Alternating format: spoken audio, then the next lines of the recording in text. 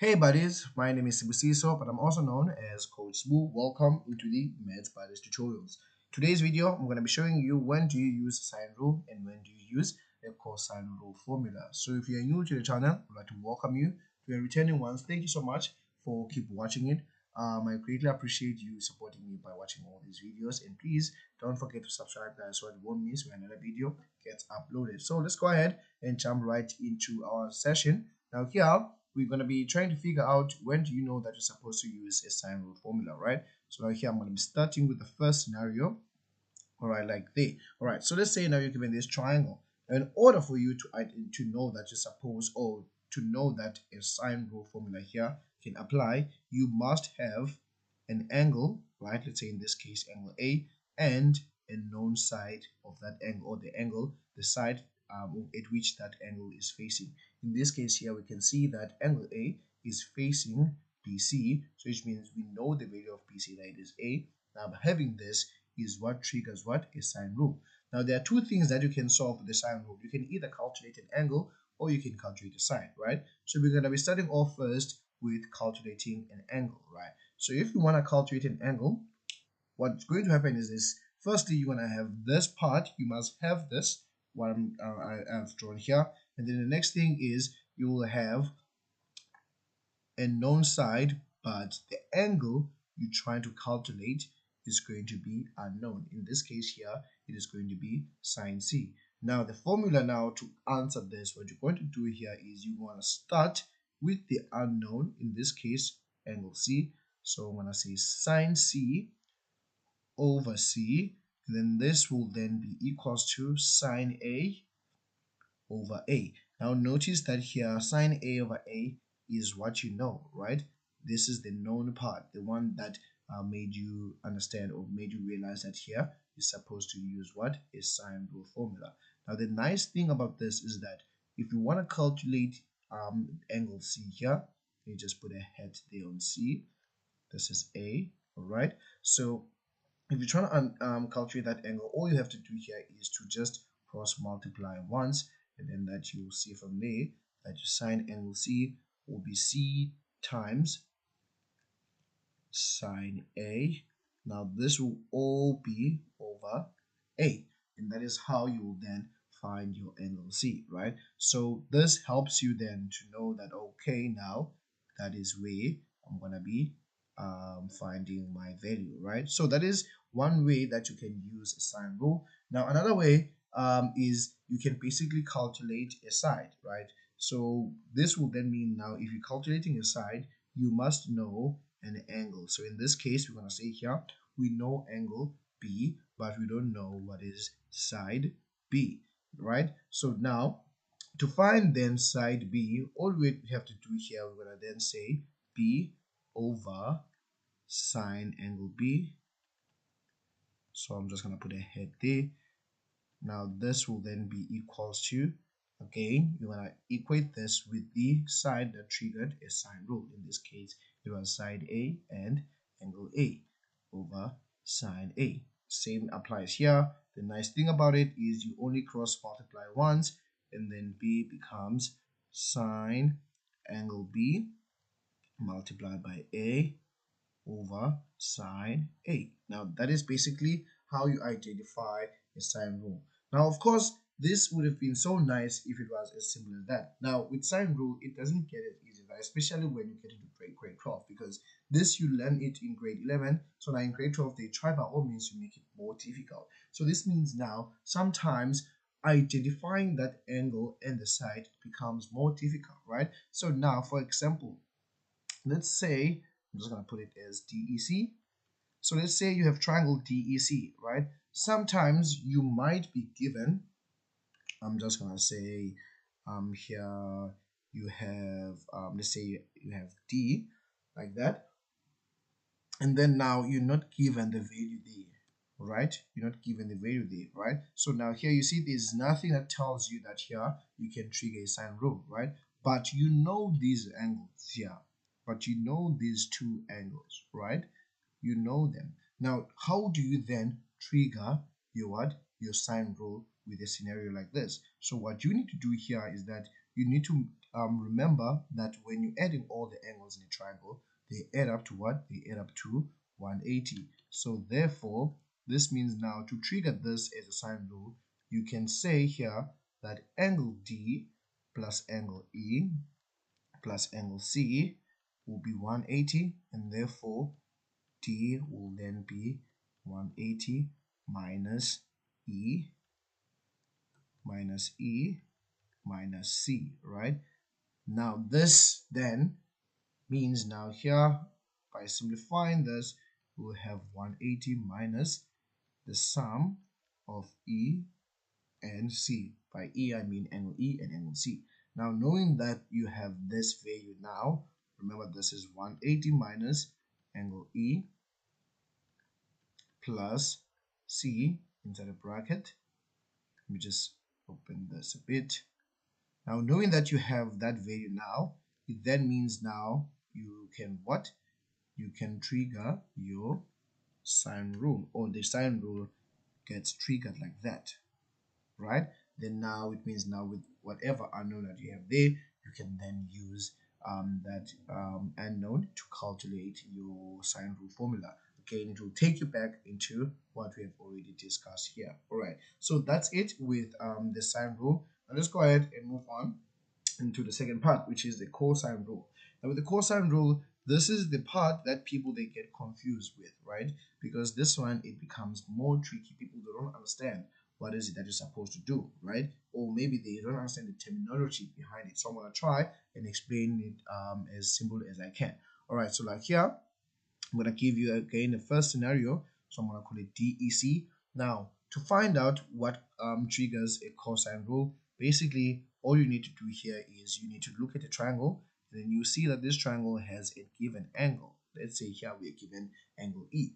Now, the first question that you must ask yourself is which sides formed angle E. Now, angle E, you will notice that it is formed by EC and ED. That's how the angle is formed, right? Now, in order for this to trigger a cosine rule, you must then know the value of EC, right? And the value of side C, right? Or ED. So this is EC, which is value is D, and then this is ED, which value it is what? It is C, right? Now this is basically called two sides. Let me just write it there. This is called two sides plus an included angle. So by this we mean that we have two sides that have included the angle, and the angle is in between them, right? Or the simple way is these sides that form this angle. Now this basically is the thing that basically triggers what? That basically triggers the cosine rule. Now this means now here you can then calculate E, right? Now how do you calculate E? You always start with what you want. So it is E squared, right? Then this is equals to, now it's going to be the sum of these, the square sum of these. So it is going to be C squared plus D squared. Then you're going to minus 2CD. And then you'll say cos angle E. And that is then how you then solve this, right? Now notice here that this is the only thing that triggers this. There's three things. Rather, let me just put this as an unknown like that. Let me put it as an unknown like that. This part is what triggered the cosine rule, right? Now, another way where a cosine rule can be triggered can also be like this, right? So let's write FGH, triangle FGH. Another way this can be triggered is by having all the sides of the triangle, right? So in this case here, we have angle F, but we know the value for the side F. We have angle H, we know the side H. We have angle G, we know side G, right? So now here, all we have to do is to basically look for what is it that we're trying to find. So in this case here, let's say maybe we're trying to find F. So I'll put a question mark there on F. Now, in order for us to calculate F, remember this is what we're trying to find, right?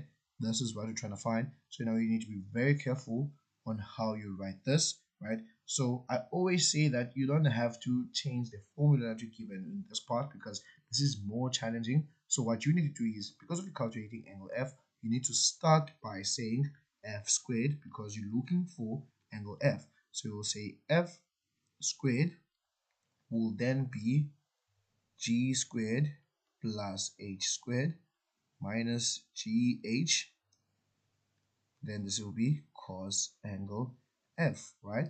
Now there is your angle that you're trying to look here, that you're trying to solve, right? So now, which means now from here, you don't get to substitute right away, right? I don't like doing the substitution right away up until I make my unknown the subject of the formula. Now, how do I make it the subject of the formula? So what I'm going to do here is I'm going to take minus, I'll take this part, let me see if I can highlight it.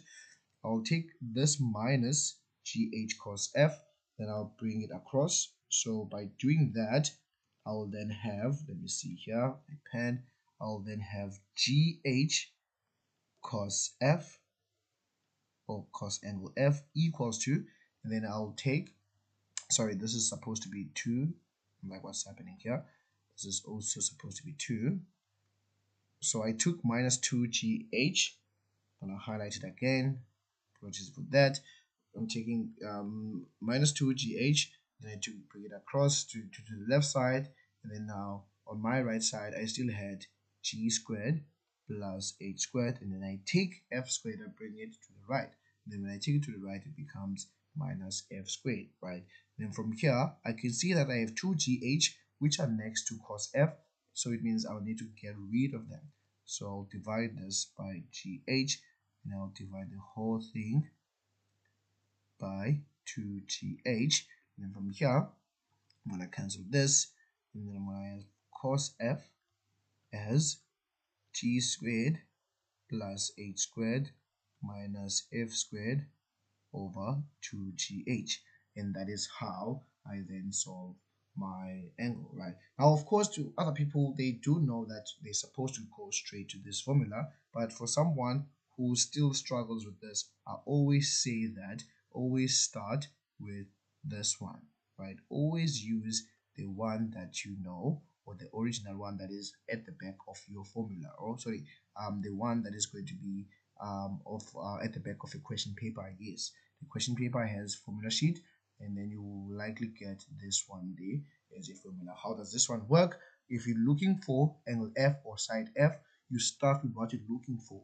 and then you square. You start with the side of that. For example, if we were looking for h here, I was gonna say h squared, and then I'm just gonna sum the other two, and then twice fg, and then cos h, and then that's how I write it, right? And then from here I just substitute, and then I solve, or I first isolate, then substitute, then solve. And that is basically how you basically approach the questions that you're going to be given to solve these questions. And of course, these things, they might be easy when you get a theorem, right? Because the theory is foundational, but it means now in an exam you shouldn't always expect that you will be given all three sides, right? In an exam you might get something like this. You might get something like, let's say, instead of having these three sides, you only have I'm just gonna manipulate this quickly. You have this angle, and sorry, you have this angle here, and then and this one. Maybe they then say calculate, yeah, no, sorry, let me give it this way. Maybe you have this thing, right? You given something like this, right? But then now they want you to calculate the side using what? Your cosine rule. So which means now in order for you to get into that, firstly you will see a trigger of a sine rule which will help you to find that side, right? Then now once you get that side, you will then calculate this angle, right? And once you calculate this angle, you can then apply your cosine rule to find that question there. So those are the varieties that they will give you to make it a point, or to make sure that it becomes more difficult, right? So now in the next video, what I'm going to do is I'm going to be sharing with you some of the questions that you might get, and I'm going to be giving you the ones that are more challenging, so that you can see how do we then break down all of this, and how do I apply what I've just shown you here in an actual question. And I'm going to see you into that session. Cheers.